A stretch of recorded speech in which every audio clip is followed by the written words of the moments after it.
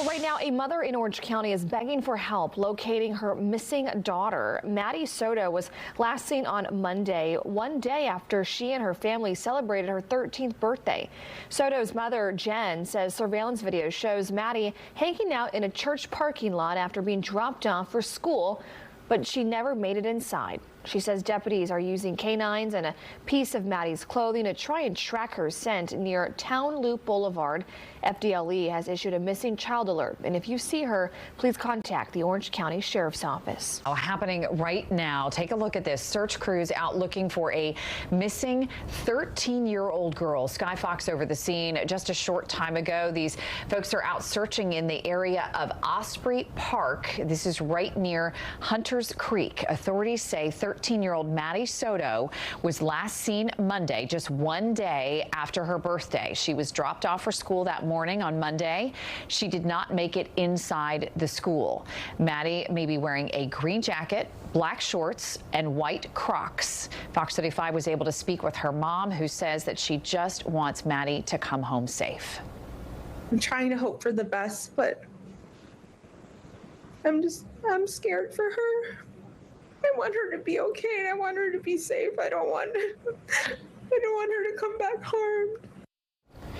So mom tells us that Maddie has never run away before. She says she does sometimes forget her cell phone at home, and she did forget her cell phone on her way to school on Monday morning. The sheriff's office is searching for Maddie with canines. That's right near Town Loop Boulevard, where we were showing you that video. Again, this is in the Hunters Creek area, Osprey Park. If you think you have seen Maddie, please call the Orange County Sheriff's Office right away. They did say that she was seen on surveillance video in a church parking lot right next to the school, but then was not seen after.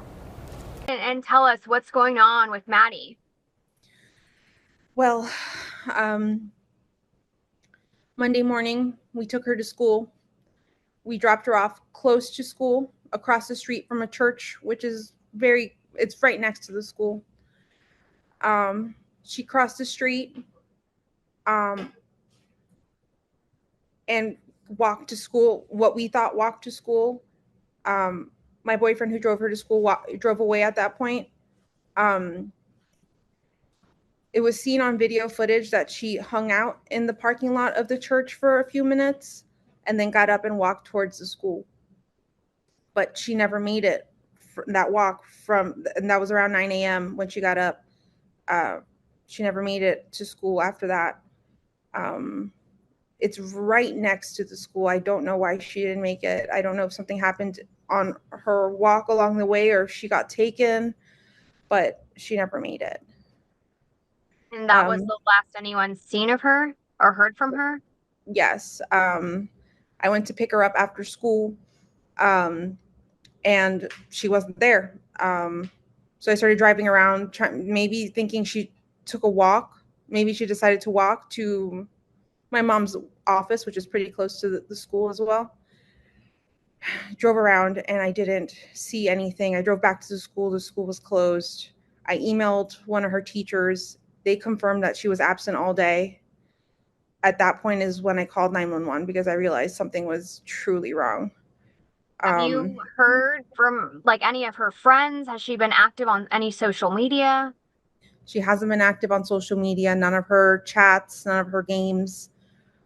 We did contact all her friends. None of them had seen her Monday or heard from her. Yeah, there's no update.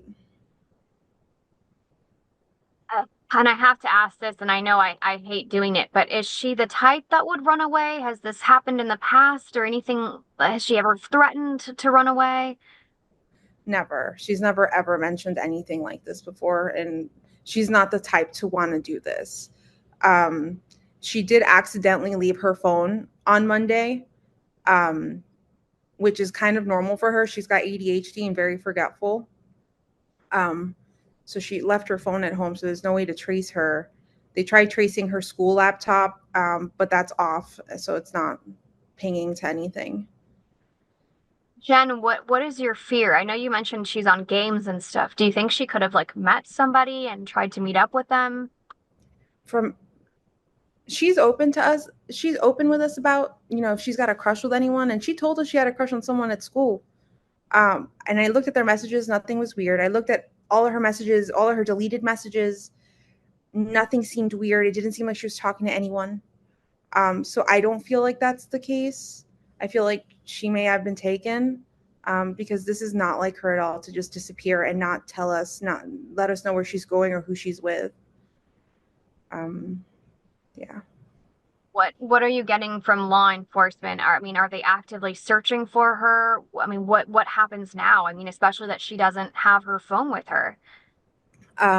So as far as I know, they're conducting a search around the school. Behind the school, there's a Shingle Creek. There's a wooded path area that you could walk. It's a hiking path. They are going back there with their canine dogs. They've taken a piece of her clothing to see if they can trace her scent. They're also taking their own vehicles. I'm not sure what type of vehicles, but they're going into the woods to search for her.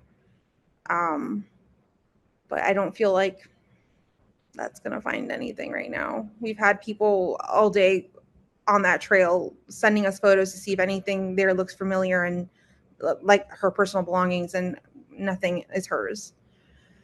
So I'm not sure where to go from here. I'm just contacting the news to get the word out, to get some help, because I'm desperate. I'm a wreck right now. So you think that she's been taken against her will? I do think so, yes. As a mom, you know, what's your mother's intuition telling you right now? I'm trying to hope for the best, but I'm scared for her. I want her to be okay, and I want her to be safe. I don't want her to come back harmed. I just want her back. Whatever that means. I just want her back.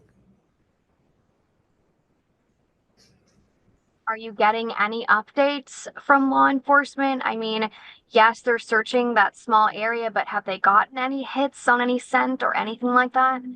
They haven't let me know anything. They haven't updated me since I spoke to them this morning. I've contacted them to get some information or to give them some leads, but I've heard nothing back. And Jen, there's no way that she just being, you know, a teenager was like, maybe had a fight with you or an argument with you and was like, you know what, I'm going to go hang out at so-and-so's house and teach her a lesson. You know, could that be a scenario? I don't believe so. We actually haven't gotten into a fight in like a few weeks, or arguments or anything like that. If anything, on Sunday, she celebrated her 13th birthday with my entire family, and she had the best day. She was so happy. She showed us all her gifts. She's just a happy girl, and she showed it on Sunday night when she went to bed. She was so happy. So, you know, she had the best day.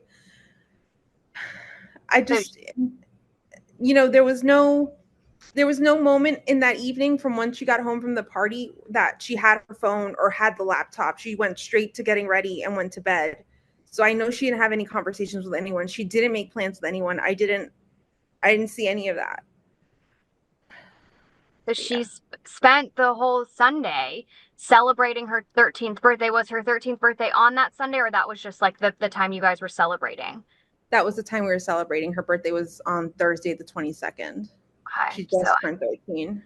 But that's just so heartbreaking to be celebrating her 13th birthday, and then the very next day, that's gone. The last you've seen of her. Yeah. I mean, where do you go now? Are you gonna go out there and search or look, or what is are you sticking by the phone? Are you know, what are you doing? I'm staying at home, staying by the phone, hoping she just appears. I know my entire family is out looking. They've all spread a bunch of flyers. I've had people contact me that they've gone to the international airport to spread flyers, to Amtrak, to Greyhound, just any way that if someone's taken her and they're trying to take her, just to show her face, just to make sure, you know, she's not being taken against her will. And you mentioned ADHD. Was there anything else maybe mentally going on, or that you knew of? She does suffer from anxiety, and once upon a time she was diagnosed with autism. We had her what's the word? Screened, maybe? Reevaluated. Okay. We had her reevaluated a few months ago, actually, and they told us no, she didn't have autism, but she did have some autistic traits. She did have ADHD, some autistic traits, but not autism.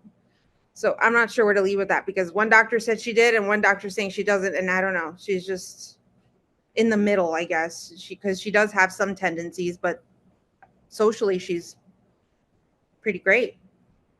So I'm not sure. And with the video that you were able to see whenever your boyfriend dropped her off, where was that? Which video? Was that a surveillance camera? It was a surveillance camera from the church, Peace Church, right next to Hunters Creek Middle School. And do you have that video? I don't have that. They didn't show me. They wouldn't show me. It was actually my sister was the one at location, and they were letting her know what they saw on camera. Okay. But they didn't show it to any of us. Got it. Okay. Jen, is there anything else that you'd like to add?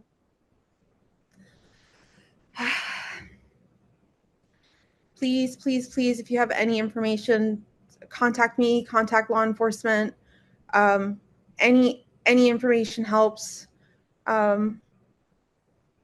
Maddie, if you see this, please come home. Please be safe. I love you very much. If you have my Maddie, please just let her come home. We just want her home. All right. Well, good afternoon. So thank you for being here so we can bring as much attention as possible to the case of missing juvenile Madeline Soto. So let me first start by saying, I know as a parent, this is every parent's worst nightmare.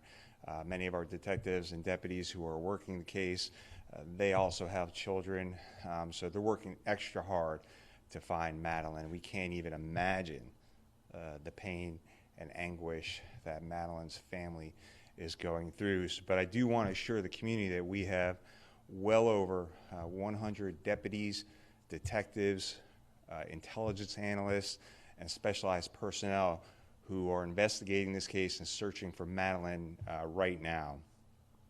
And we will not stop until we find her.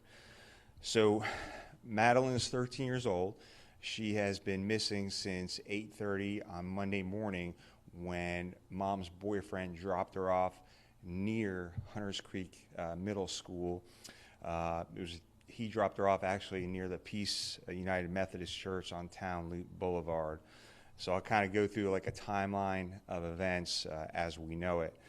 Like I said, mom's boyfriend dropped Madeline off at about 8:30 a.m. on Monday morning, a few blocks away from the school.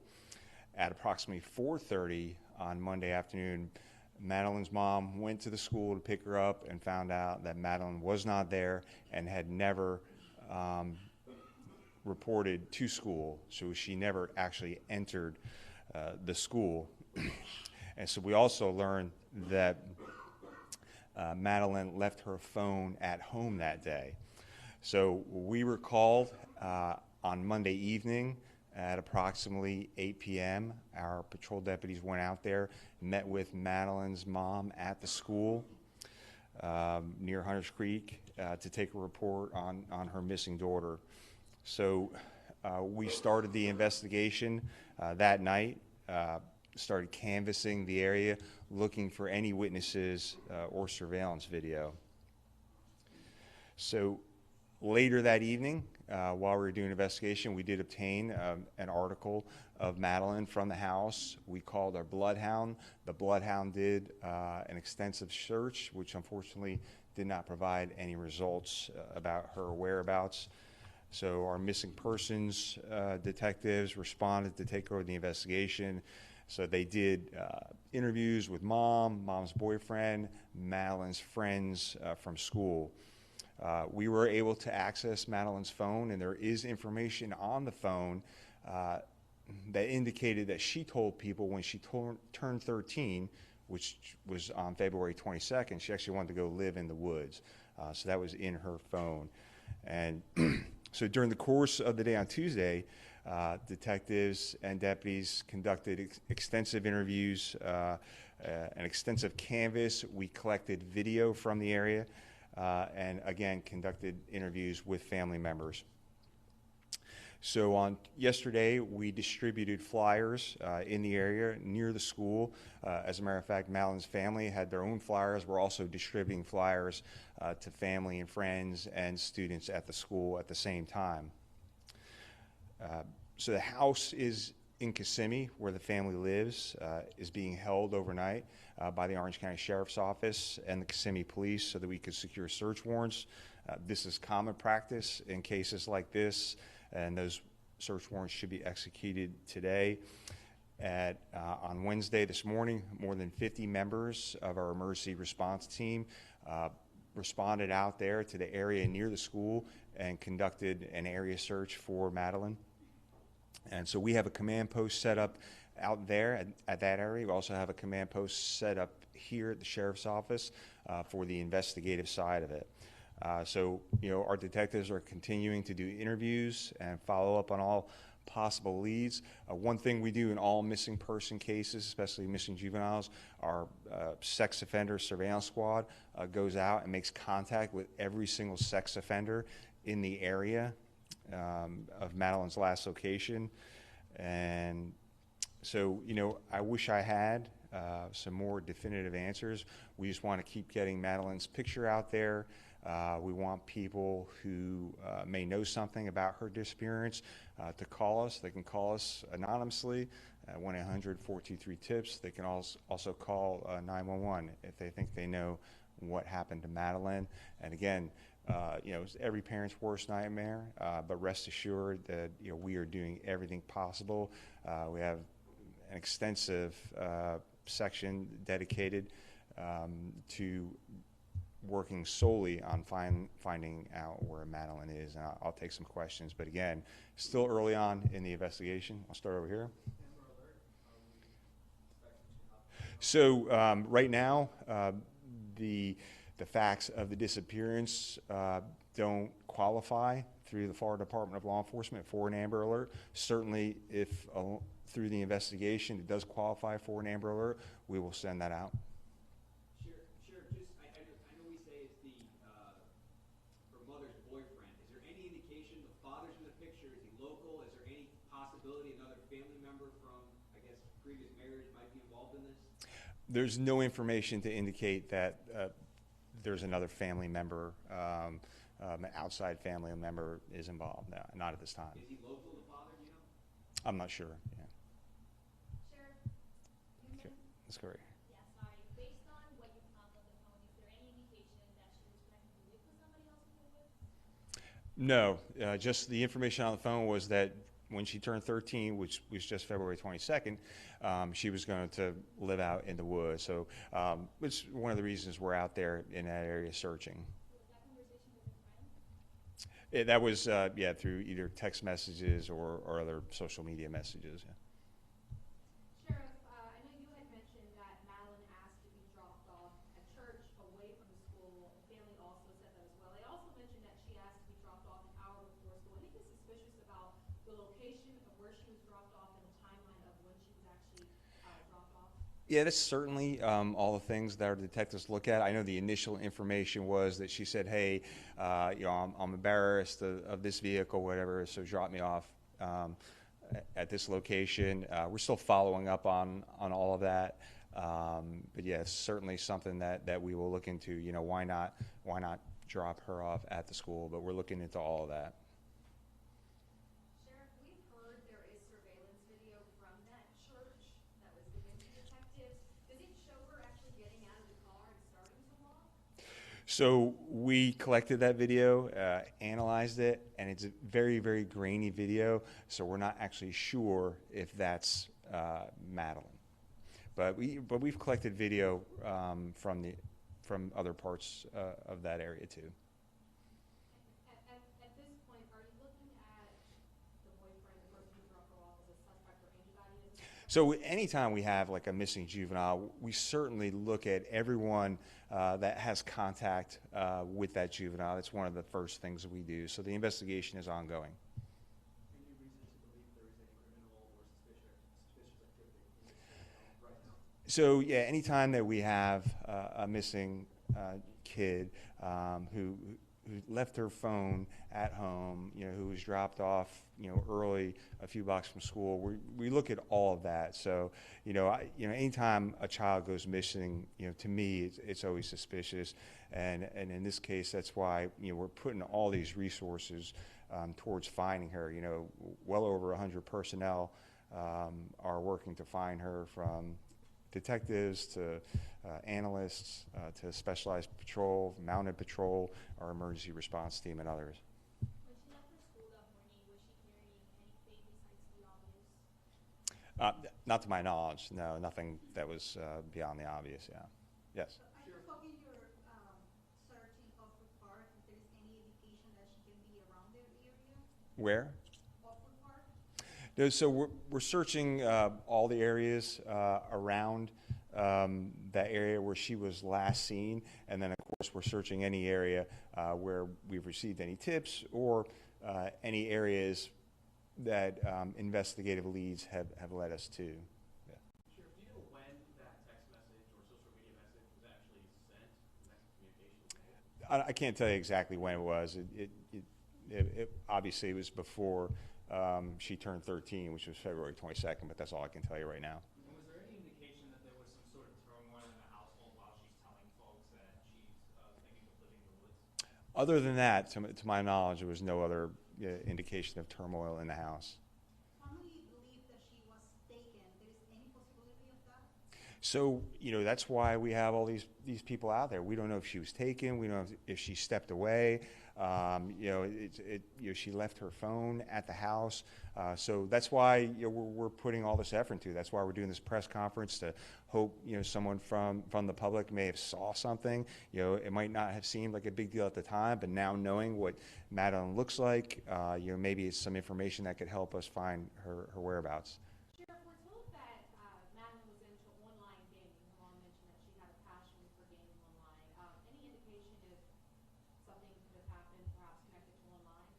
Yeah, so anytime a juvenile goes missing, we're always looking at social media or phones. Obviously, I said we have her phone. We're able to analyze her phone. So anything that's involving gaming or social media, certainly we take a look at. And just know that a lot of times some of that information from third-party social media platforms does take time. We need to get subpoenas and information. But we are looking at that phone, and certainly that's things that our detectives will look at. Sheriff, with the house is being held in East St. Louis, any chance we're getting information that there could be a search going on in St. Cloud, over through Wood? Yeah, so like I said, throughout the investigation and tips that come in, we search different areas. So they are in St. Cloud deputies? I'm not exactly sure where they are right now. I just know that we've searched several areas out there. Sheriff, you mentioned the bloodhound. Just curious. Obviously, bloodhounds pick up a trace of Madeline.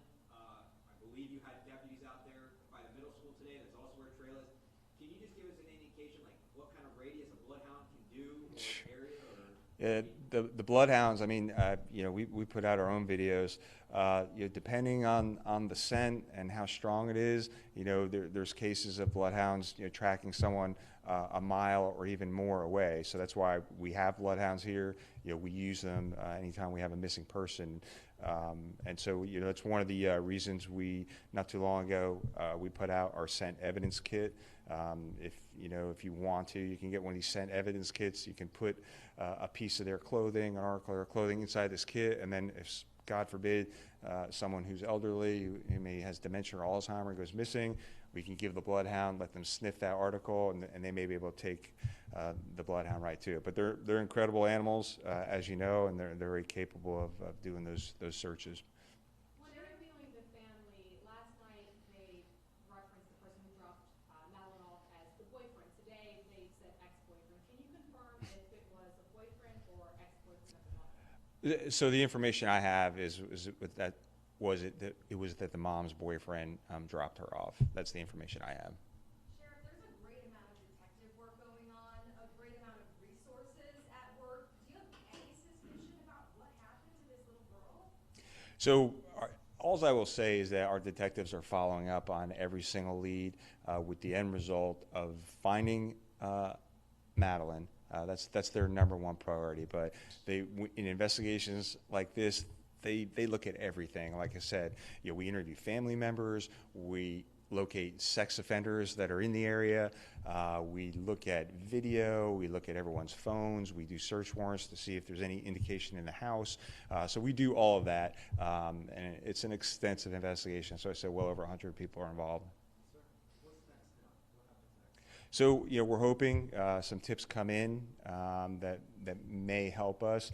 Again, we're going to continue to look at all the things that we do, license plate readers, video surveillance, cell phone information from everyone, and those are all the things that are going on right now. If we get tips, certainly we will. There's a lot of different areas out there. And we'll send our search teams to different areas over the next couple of days. Sharon, the mom mentioned to us that the daughter has autistic tendencies. Does that change search efforts at all? No, we treat a missing person as a missing person, and I know there's different levels, and people are on the spectrum at different levels. So no, it wouldn't change our investigation. It's just a piece of information that we know, and based on our training of dealing with people who may be on the spectrum, that's something that we take into consideration about where they might end up, where they might go. Everybody good? All right, thank you.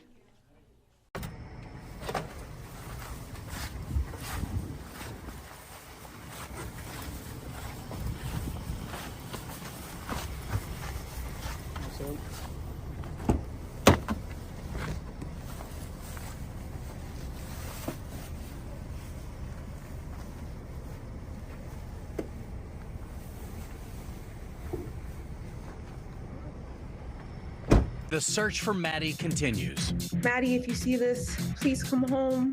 It's now been 4 days since 13-year-old Madeline Soto was last seen in Orlando. Her mother's boyfriend now sitting in a jail cell, the prime suspect in her disappearance. Based upon his refusal to come to court, he's got an out-of-county warrant out of Osceola County. His bonds will remain at none. And Fox 35 got Stefan Stearns on camera before he was arrested. Tonight, Maddie's family is hoping for good news as they wait for a break in the case. We will not stop until we find her. Developing story tonight, a lot has happened over the past few days since Maddie disappeared. So here's what we know right now. Maddie celebrated her 13th birthday on Sunday. Good evening. Thanks for joining us. I'm John Brown. And I'm Marlisa Goldsmith. Monday morning, Maddie's mom's boyfriend, Stefan Stearns, reportedly took Maddie to school. She was last seen crossing the street around 8:30 that morning. Orange County deputies released this missing persons poster on Tuesday. And then Wednesday morning, deputies searched the woods near Hunters Creek and then held a press conference. And then just before 10 o'clock last night, deputies arrested Stearns. His charges include sexual battery. Fox 35's Hannah McKenzie joins us live tonight. And Hannah, you have been following this story for a while now. Stearns has been named a prime suspect in the case. Yeah, Marlisa, I sure have. And I actually spoke with one of Maddie Soto's aunts today. She tells me this has been a very difficult day for them. And this news, this new development has really been devastating to the family. But they're still holding out hope for Maddie's safe return. Maddie Soto missing since Monday. The 13-year-old allegedly dropped off for school near Town Loop Boulevard around 8:30. Didn't make it inside. Stefan Stearns now named prime suspect in her disappearance. Stearns is the longtime boyfriend of Soto's mother, Jen. You can see him here in the background of our interview with Jen Soto Tuesday. I went to pick her up after school, and she wasn't there. Sitting behind her, Stearns is fidgeting and cracking his knuckles. That's a way to release tension. The point is, tension is actually one of the 27 what we call points of interest that can lead to possible deception or suspect behavior. Human behavior investigator Susan Constantine isn't connected to this case. We asked her to weigh in on Stearns' mannerisms. In my personal opinion, I would have said, Sheriff's Office, you need to take a really good look at this guy. He is presenting to me suspect behavior. Right now, Stearns is behind bars, charged with sexual battery and possession of material depicting sexual performance by a child. Stearns voluntarily handing over his phone stated he accidentally factory reset the device the day Soto went missing. On it, investigators recovering disturbing photos and videos. An arrest warrant from Kissimmee police revealing details too graphic to air. What about Mr. Stearns? The 37-year-old being held without bond, refusing to show up in court Thursday. Retired detective David Nutting has dealt with hundreds of suspects over the years. How frustrating is it when you have a prime suspect who is refusing to play ball or give up information or just answer questions? It's especially frustrating in cases involving children, because it just seems so right in human nature to just tell everything you know. I mean, this is a truly innocent victim. This is somebody, Maddie, a young girl who did not live a high-risk lifestyle, and she's apparently with this monster. And it's just frustrating as why can't you just tell us what happened and let's resolve this case and bring Maddie back home. Stearns is from Northport, Florida. That's about 2 hours from here. He still has ties to the area. On Thursday, the Northport Police Department confirming they too have assisted in this investigation. If you know where Maddie Soto is or you have any information that may help investigators with this case, you're asked to reach out to the Orange County Sheriff's Office, call 911 or call Crime Stoppers. In Kissimmee tonight, Hannah McKenzie, Fox 35 News. So thank you for being here. We have some important developments in this case that we want to share with our community. I wish we were here to tell you that we have found Madeline, but we have not found her. Last night, detectives from the Kissimmee Police Department met with Madeline's mother, and they had to tell her the very devastating news that although we have not found Madeline, we are now confident that she is dead. So our efforts will be focused on recovering Madeline.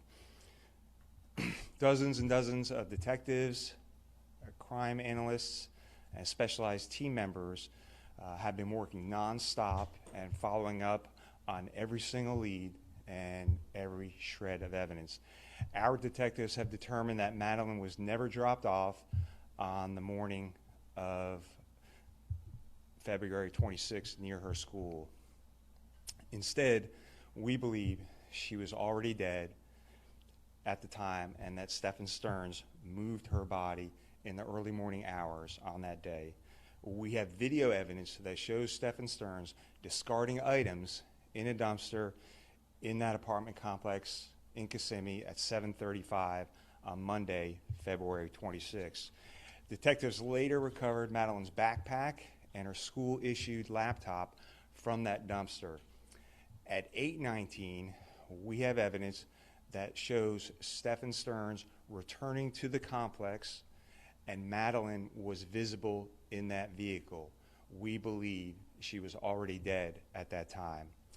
As a result of that, although the initial missing persons investigation started in Orange County, the Kissimmee Police Department will now be taking over the investigation and will become the lead agency. And of course, the Orange County Sheriff's Office, all of our support personnel will be available and will still be assisting in this investigation. So at this time, I'm going to turn it over to Chief Holland from the Kissimmee Police Department. Chief? Thank you for being here. As Sheriff Mina said, this is still an active and ongoing investigation, and there is a lot of additional information that we cannot release at this time. I do want to note that Stephen Stearns was transported from the Orange County Jail to the Osceola County Jail, where he is being held on capital sexual battery charges filed by the Kissimmee Police Detectives. Right now, our top priority is recovering Madeline. We are still appealing to our community for its help in this case. Please share this Crime Line bulletin on my right of Steven Stearns. He was last seen driving a silver 2010 Lincoln MKZ. The Florida tag is IYLL82. On Monday, February 26, between 1 and 2:30 p.m. in the area of State Road 192 and Old Hickory Tree Road, as well as Old Hickory Tree Road and Nolte Road. During this time frame, it is believed that Stearns had a flat tire and might have been seen changing the tire in this area. If anyone saw this vehicle or noticed anything suspicious, we're asking that they call Crime Line. We will continue to work tirelessly with the Orange County Sheriff's Office, the Osceola County Sheriff's Office, and St. Cloud Police Departments to bring a resolution to this case and recover Maddie. Thank you. All right. Thanks, Chief. We'll take some questions, but just remember, we're still in the middle of this investigation. There's a lot of things that we cannot reveal. Has Stearns told you anything yet? Has Stearns spoken to anybody yet? No, Stearns has not spoken to anyone. Is there any possible specifics that you can give us as to what leads you to believe that she is definitively deceased? The video evidence that we have. Is it about just the position of her body, the way? So we're not going to go into those exact details, but we have video evidence that leads us to believe that she's already dead. Sheriff, there's been a lot of things that you just laid out here just now. This location in the afternoon, is there a belief, are we trying to figure out, I know you're requesting video surveillance in that area, are you trying to figure out whether she was still with this car at that time? Yeah, so it could be helpful to us if people saw something. And obviously, we're searching many different areas, but if someone saw something in that area, we want to know about it. Is that an area you've already searched? What's that now? Where this car supposedly had a flat, is that an area you've already searched? So we actually have people searching areas right now. So they've searched a bunch of different areas, and they're going to continue to search. So I don't want to go into specifics on exactly where. I don't want to miss something.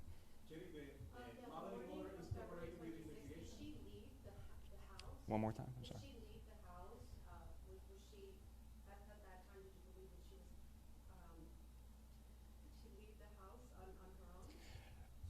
So what I'll say is what I already said is that we believe he moved her body in those early morning hours, and all that is still under investigation.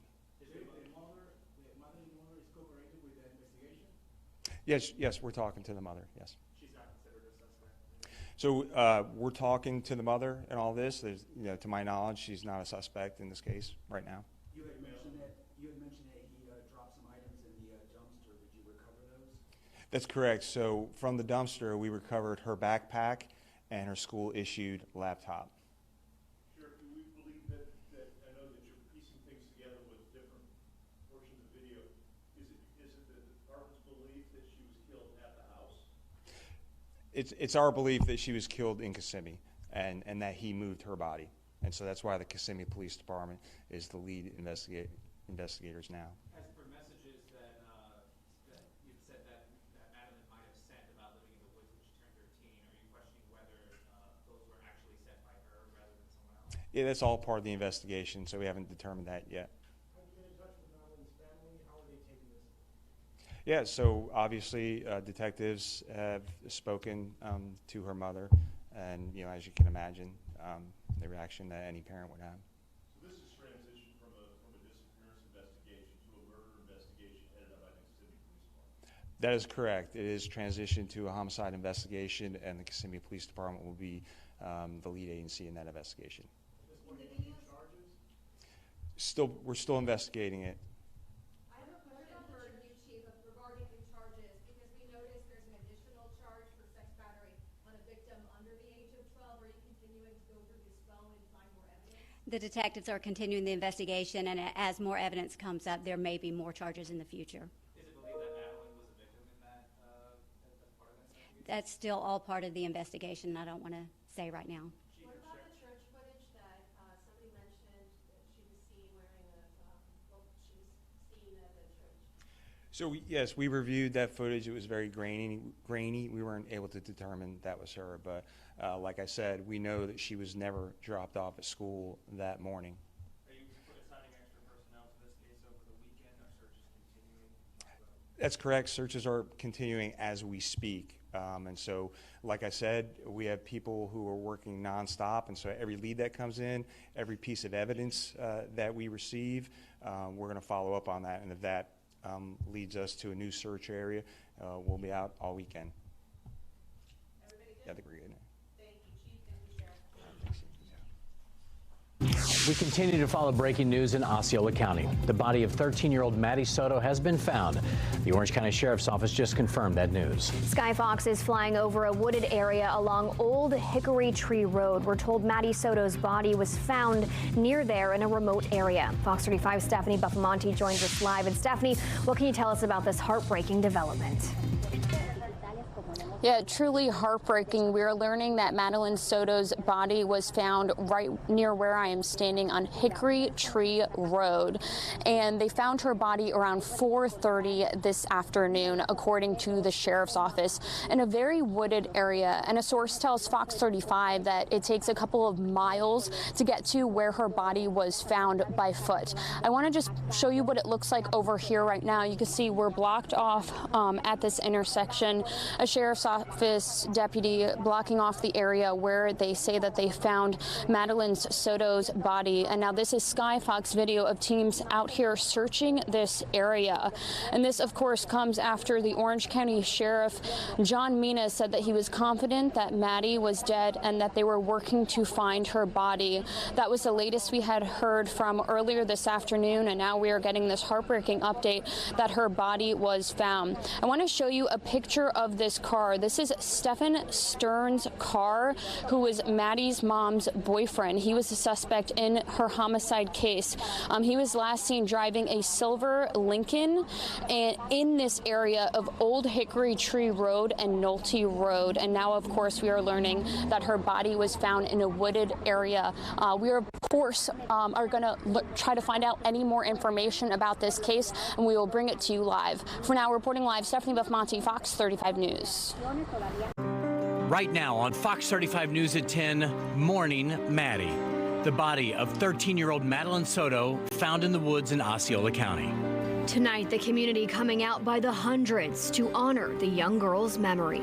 We came out here because we just wanted to pay our respects to this girl that died in such a horrible fashion. As family and friends mourn, the investigation into who killed her and why continues. I'm Stephanie Buffamonte. We are 1.5 miles from where 13-year-old Madeline Soto's body was found. I'll have a live report on the search and the homicide investigation. The body of Maddie Soto was found tonight near St. Cloud. The search for her began on Monday and has now shifted to a homicide investigation as the community is mourning Maddie tonight. Good evening and welcome. I'm John Brown. And I'm Hannah McKenzie. The prime suspect in her disappearance, Stefan Stearns, is still sitting in a jail cell tonight, but so far he has not been charged in her death. We have team coverage tonight. Fox 35's Stephanie Buffamonte is live near the spot where Maddie's body was found, but we begin with Fox 35's Randy Hildreth live outside Maddie's middle school in Orange County. And Randy, a vigil for Maddie just wrapped up not too long ago there. Yeah, initially organizers anticipated maybe 20 to 40 people would show up when they put the post out. Considering the news that her body had been found came out about 45 minutes before this vigil was set to start, we saw hundreds show up to honor her life. Now step to the side, we're right in front of the middle school, and within the last few minutes, we saw those who couldn't attend earlier come tonight to pay their respects. In situations like these, it's hard to find the words to express. And it's hard to provide peace to a heart that's broken. Tonight, hearts are shattered. The feeling is, for sure, it's overwhelming. Sadness, disbelief. Any loss of any child is tragic. This is just a heartbreaking situation to see this family go through. Hundreds of community members gathered in front of Hunters Creek Middle School in honor of 13-year-old Maddie Soto. Initially, a vigil to pray she'd be found safe. Now, a moment to honor her life.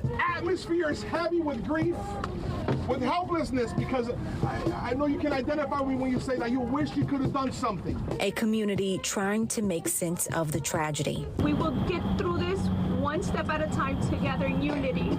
Balloons, candles, teddy bears, tears. Songs and prayers for Maddie and those who knew and loved her. We as one community, will comfort each other. And we'll get through this hard time. Now, we didn't see Maddie. And we didn't see Maddie's family here. Organizers of tonight's vigil says that this was organized not in connection with her family or in connection to the school district, but just as an opportunity for people to come together and heal. In terms of next steps, Orange County Public Schools says that it will have grief counselors in place here at Maddie's middle school for students and staff who need some help processing this. Live tonight, Randy Hildreth, Fox 35 News. Thanks, Randy. And that vigil happened shortly after the Orange County Sheriff's Office confirmed that Maddie's body had been found. Fox 35's Stephanie Buff-Monty is live near St. Cloud tonight, not far from where she was found. So, Stephanie, certainly not the result anybody wanted to hear tonight. No, it was not. 13-year-old Madeline Soto's body was found just about 1.5 miles from where I am standing right now off Hickory Tree Road. A heartbreaking update for so many who were hoping she would be found alive. Skyfox over the area near Hickory Tree Road, where law enforcement say the body of 13-year-old Madeline Soto was found days after she was reported missing. Deputies say a tip led them to recovering the teen's body in a rural area of St. Cloud. They say she was found in shrubs off the road. We sent our units out here and we did discover what appears to be a body. The body has clothing very similar to what the victim was last seen wearing. Deputies believe that Madeline was never dropped off at school Monday morning and was dead before then. Maddie's mom's boyfriend, Stephen Stearns, is the main suspect in this homicide. We have video evidence that shows Stephen Stearns discarding items in a dumpster in that apartment complex in Kissimmee at 7:35 on Monday, February 26. Detectives later recovered Madeline's backpack and her school-issued laptop from that dumpster. At 8:19, we have evidence that shows Stephen Stearns returning to the complex, and Madeline was visible in that vehicle. We believe she was already dead at that time. Stearns was last seen driving a silver 2010 Lincoln MKZ that afternoon between 1 and 2:30 on Old Hickory Tree Road and Nolte Road, which is near where her body was found Friday. Our cameras were rolling as Stearns was transferred from Orange County to Osceola County Jail today before she was found. Where was Maddie last seen? Why aren't you helping her mother and her family? This is a little girl. Help them find Maddie. Stearns is in jail with no bond. He will have a first appearance in Osceola County Court tomorrow. Reporting live in St. Cloud, Stephanie Buff-Monty, Fox 35 News. Just one day after the body of 13-year-old Maddie Soto was found, the prime suspect in her disappearance was a no-show in court today. Thanks for joining us at 5. I'm Manny Martinez. Stephen Stearns waived his first appearance before a judge this morning for the second time in just a span of a few days. He's now facing sexual battery and child pornography charges, but has not so far yet been charged in Maddie's death. Fox 35's Matt Trezza explains why more charges could be on the way. Stephen Stearns was a no-show for his first appearance in Osceola County Court. His lawyer didn't even want the judge reading out the charges. Stephen Stearns, Your Honor, at this time, I am going to waive Mr. Stearns' appearance. I'm also going to waive the reading of these charges. Mr. Stearns is aware of what he's been arrested for. At the first appearance, Stearns faced charges including sexual battery and possession of material depicting sexual performance by a child. Stearns had voluntarily handed his phone to investigators who managed to recover photos and videos that they called disturbing. Investigators say he's also the prime suspect in Maddie Soto's disappearance. Search teams finally recovered Maddie's body Friday evening after an exhaustive search through the woods in Osceola County. The judge said Stearns would stay behind bars. Understood, sir. You got 0 bond and 24 CF 632. Good luck to you. Orange County deputies have turned over the case to Kissimmee Police. Sheriff John Mina says they have proof Stearns tried to cover his tracks after Maddie's death. We have video evidence that shows Stephen Stearns discarding items in a dumpster in that apartment complex in Kissimmee at 7:35 on Monday, February 26. Detectives later recovered Madeline's backpack and her school-issued laptop from that dumpster. At 8:19, we have evidence that shows Stephen Stearns returning to the complex, and Madeline was visible in that vehicle. We believe she was already dead at that time. Former Orlando Police Chief Orlando Rolone says Stearns may have thought he could fool investigators. This is a perfect example of someone who probably thought, I can get away with this. And unfortunately, everything is pointing at the fact that he has now been caught for the murder of this child. Kissimmee police say at this time they aren't releasing any further updates on the case. In Kissimmee, Matt Trezza, Fox 35 News. Right now on the Fox 35 News at 10, Mourning Maddie. Support continues to pour in for 13-year-old Maddie Soto after her body was found yesterday in Osceola County. Thanks for joining us at 10. I'm Manny Martinez. We have team coverage again tonight from the courtroom to a memorial. And it's Fox 35's Stephanie Bafmati that leads us off from where investigators found Maddie's body. Residents set up this memorial along the road near where Maddie was found. I spoke with people who brought flowers here who say they never met Maddie, but were heartbroken to hear of her loss. I don't even know the girl. I'm getting choked up, but it's just sad that it happened. She didn't deserve that. Flowers, stuffed animals, and rosaries, all for Madeline Soto. Many in the community were shaken to hear of the 13-year-old's death, especially when her body was recovered in their neighborhood.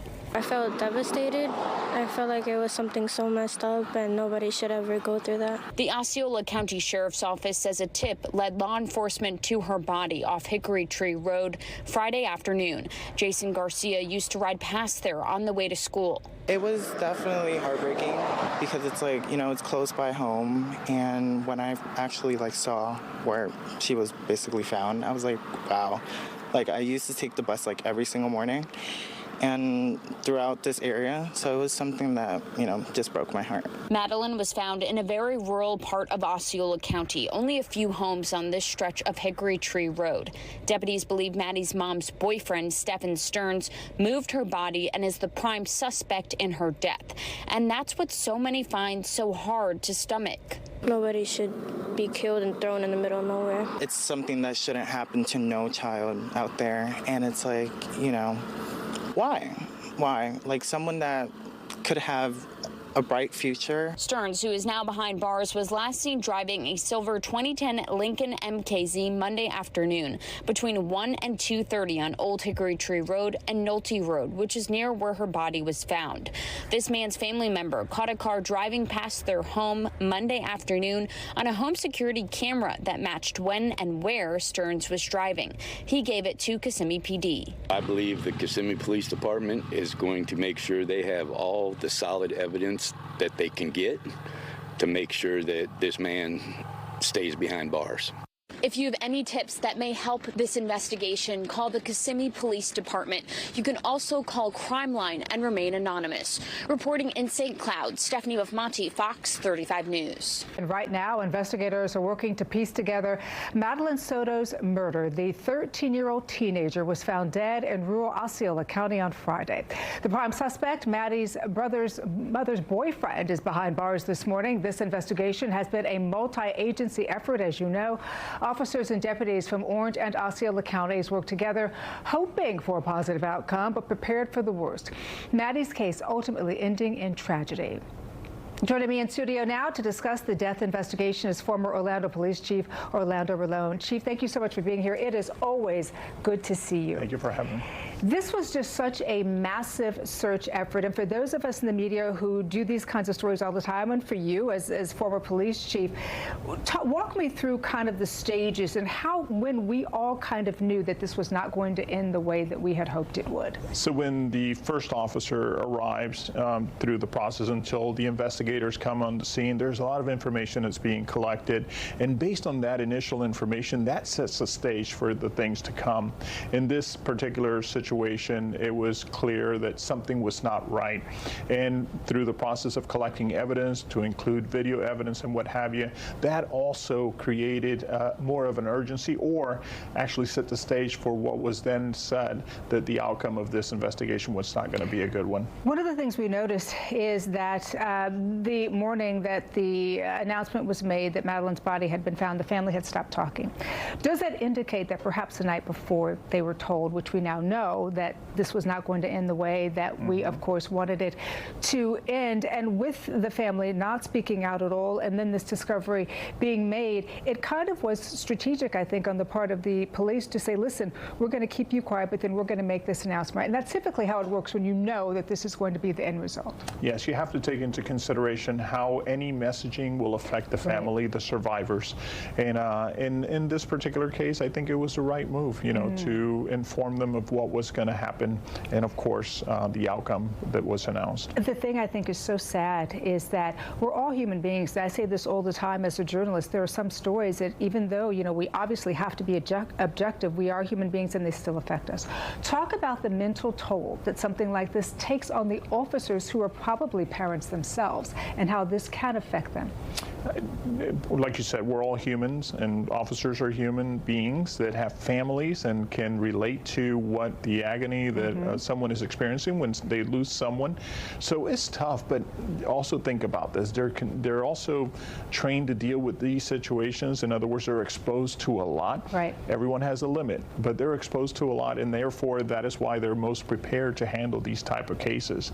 But everyone must keep themselves in check to ensure that it doesn't affect them to the point where later on it could be detrimental for their career. I want to talk a little bit about the mom Zoom interview. Two things stood out to me with that. The first one was that she said we dropped her off, we, and then she kind of switched to I. And then he was in the background of that interview kind of cracking his knuckles and looking fairly nervous and that kind of thing. And I think, you know, everybody's kind of antennas were raised during that interview. Do you think that police looked at that as well and kind of said, okay, something kind of is not right here? I can assure you that the law enforcement agencies that are involved are looking at everything, and nothing has been discounted at this point, and the investigation is ongoing. That's one thing that everyone must keep in mind. Everything that to the law enforcement agency, the lead agency investigating this case, may find to be suspicious or needing further clarification, that will take place. You said the investigation is ongoing. What could that include? So, of course, there is the evidence that is now being collected, or has been collected, where unfortunately the body was found. There is additional evidence that was collected from the scene, forensic evidence, video evidence. I mean, there's a slew of things that have to come together in order for them to formulate a conclusion, or at least present what they believe is a conclusion to what led to her death. With that said, everyone involved, the family members, friends, and anyone who may have had any contact with the person responsible, will be will be part of the investigation. So all of that has to be filtered through before eventually the state attorney and the prosecution sees the evidence or gets the evidence and determines what next step must be taken. And very quickly before we go, it may be hard to determine, but generally in cases like this, what is the time frame? What is the time frame until it goes to trial? Time is of the essence, right. But eventually and ultimately it'll be up to the prosecution to determine when is that best, and also for the court system, the judicial system, to determine when those things will take place. Chief Falone, always good to talk to you. I feel like we never have enough time. Thank you so much. It's good to see you. Thanks. We start with breaking news right now in that case. This man is facing 60 new charges tonight. Stephen Stearns has been in jail for almost 2 weeks now, accused of sexually battering 13-year-old Maddie Soto. Thanks for joining us tonight. I'm Marlisa Goldsmith. And I'm John Brown. We just got some new documents moments ago detailing the alleged abuse started when Maddie was just 8 years old. Fox 35's Randy Hildreth is live from the state attorney's office in Orlando with that story. So, Randy, these new documents say the abuse started in June of 2019 and lasted really all the way through last month. Yeah, good evening to you both. Those documents coming in within the last 30 minutes. I've been going through them to get the latest information, much of it too graphic to share on TV, but I can tell you it gives a much clearer timeline of the alleged abuse. The charges are stacking up against Stephen Stearns. He was originally being held with no bond in the Osceola County Jail on 3 sex crime charges.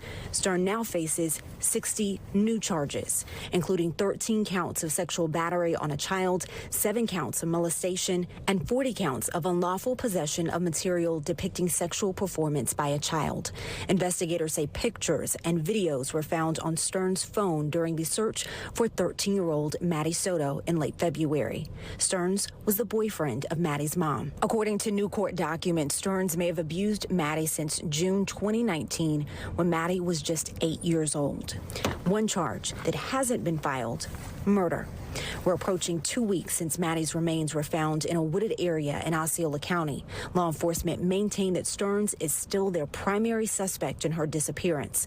Kissimmee police are the lead investigators in this case. In a statement released today, the department said, quote, "With this being a complex case with many facets, our work is not done, and we are continuing our investigation into the timeline leading up to Madeline's death."